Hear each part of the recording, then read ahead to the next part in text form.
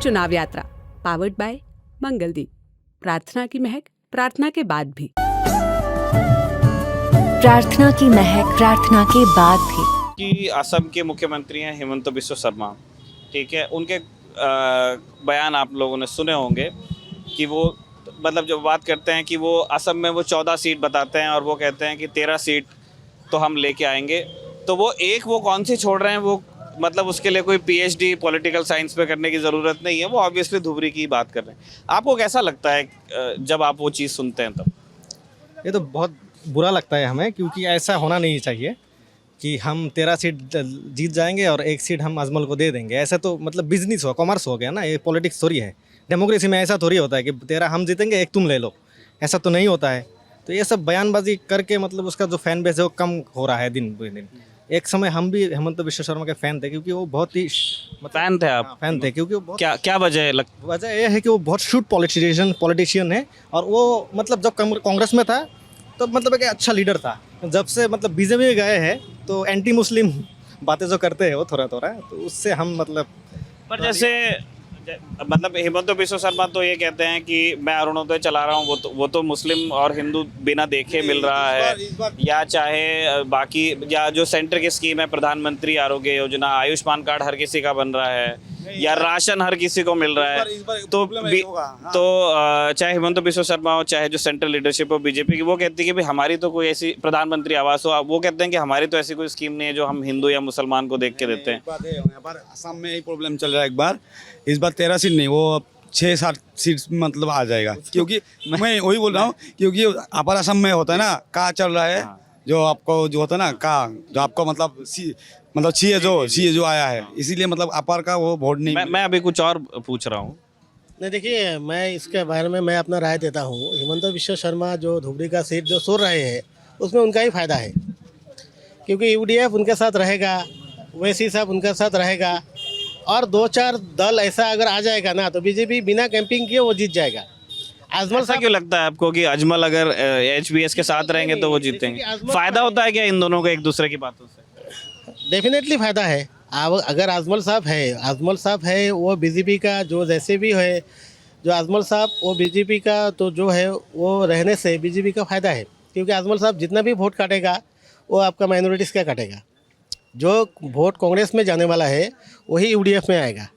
तो यहाँ पे डेफिनेटली वो बीजेपी का फ़ायदा है, डायरेक्टली हो या इनडायरेक्ट। अजमल मेरा मानना ये है, सपोज ये जो अजमल साहब धुबरी में हार भी जाता है ना तो रिकाउंटिंग कराएगा हिमंत बिस्वा शर्मा जी, रिकाउंटिंग करा के वो अजमल को जिता देगा। वो हार जाएगा तो उनके लिए खतरा है, ये मेरा मानना है, ये मेरा पर्सनल ओपिनियन है। जो अगर हार भी जाता है तो आप लोग देखिएगा तो रिकाउंटिंग हो गया, रिकाउंटिंग के बाद बदरुद्दीन अजमल जीत गया। अच्छा, मतलब आपको ऐसा लगता है कि इतनी उनका रहना इतनी तो दो वैसे भी हार जाएंगे ना, उनको भी देखिएगा रिकाउंटिंग हो जाएगा, रिकाउंटिंग के बाद उनको मैंने वैसे जीत जाएगा। वैसी और अजमल रहने से बीजेपी का 100% फ़ायदा है। और अजमल यहाँ जो धुबरी में कॉन्स्टिट्यूंसी वो यहाँ पे एमपी है, यहाँ से क्या कर रहा है, आपने अभी बोला ना इंपोर्ट और एक्सपोर्ट का जो नेता हम लोग का वो एक्सपोर्ट करना पड़ता है, इंपोर्ट मतलब जो भी है। अजमल यहाँ से क्या करता है, मतलब लेके जाता है यहाँ के लूट के हुजाई में सब मैंने वो करता है, यूनिट अपना यूनिट बिजनेस उधर में चला रहा है। फ्री अस्पताल हो या जो भी शिक्षा हो सब हुजाई में ही चलाता है। पहले जब जीत के आया था, पहला जब एमपी बनने से पहले आया था तो आपका फ्री खजूर वगैरह बहुत कुछ आपका रमजान महीने में मिलता था। अच्छा, जब वो चुनाव जीते नहीं थे? जब चुनाव नहीं जीते थे, अब चुनाव जीत गया, एक खजूर भी नहीं मिलता होगा शायद। पहले फ्री खजूर चल रहा था, बहुत फ्री राशन वगैरह बांटते थे, बहुत कुछ फ्री चल रहा था। अभी खजूर भी नहीं आएगा, नहीं मिल रहा है पब्लिक को।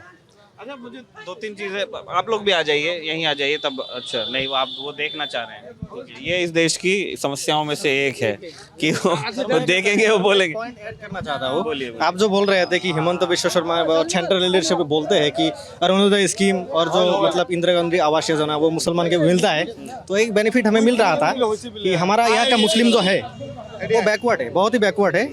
और इन्हें अगर आप तो चौरेरी में गए हैं, आज चौरेरी में तो घूम के आए हैं, सब लोग बोलेंगे तो आवाज़ नहीं आएगी। तो हमारा यहाँ का मुस्लिम का बहुत गरीब गरीब तबका बहुत है हमारे मुस्लिम का, तो हमें एक बेनिफिट मिल रहा था जो एग्ज़ाम्स होते हैं नौकरी के, वो है EWS कोटा।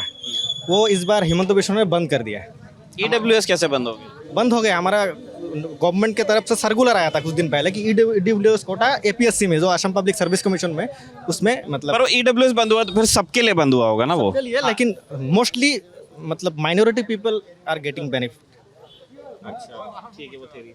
मुझे एक और चीज़ जाननी है, क्योंकि सिंध हम उस इलाके में हैं जहाँ से ये बयान दिए जा रहे थे। पिछले दिनों धुबरी कॉन्स्टिट्यूएंसी में जो लोग, अभी नॉमिनेशन हुआ नहीं है क्योंकि यहाँ पे बाद में चुनाव होने हैं, दूसरे फेज़ में चुनाव होने हैं। हाँ, दूसरे नहीं, तीसरे फेज़ में यहाँ चुनाव होने, इस अभी नॉमिनेशन नहीं हुए, लेकिन ये पक्का हो गया है कि जो प्रमुख दल हैं उनके कैंडिडेट्स कौन से होंगे।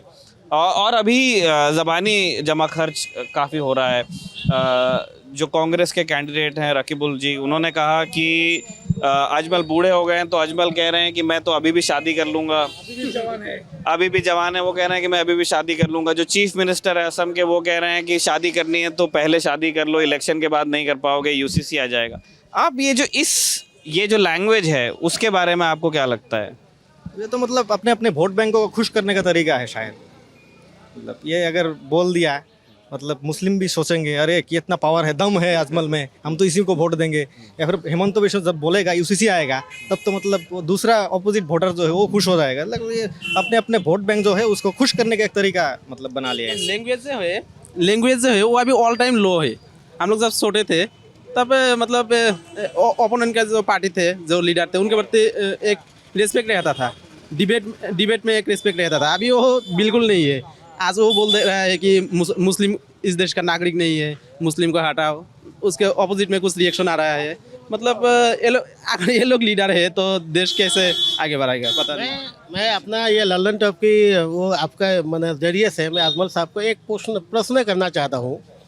अगर वो इतना अच्छा लीडर है अजमल साहब, तो वो अपना जो हुजाई है, हुजाई से क्यों नहीं MP लड़ते हैं? वो वहाँ पे क्यों वो नहीं करते चुनाव का, वो मतलब कैंडिडेट नहीं होते हैं? और उनका जो बेटा है, जो भी है, वो इतना, क्योंकि वो लोग इधर में आके क्या करते हैं, मैं अगर अच्छा लीडर हूँ, मैं अगर अच्छा बंदा हूँ, तो मैं अपना जो यूनिट है, अपना यूनिट से मैं जीत जाऊँगा। मैं अपना समष्टि से, मैं अपना कॉन्स्टिट्यूंसी में आराम से जीत जाऊँगा।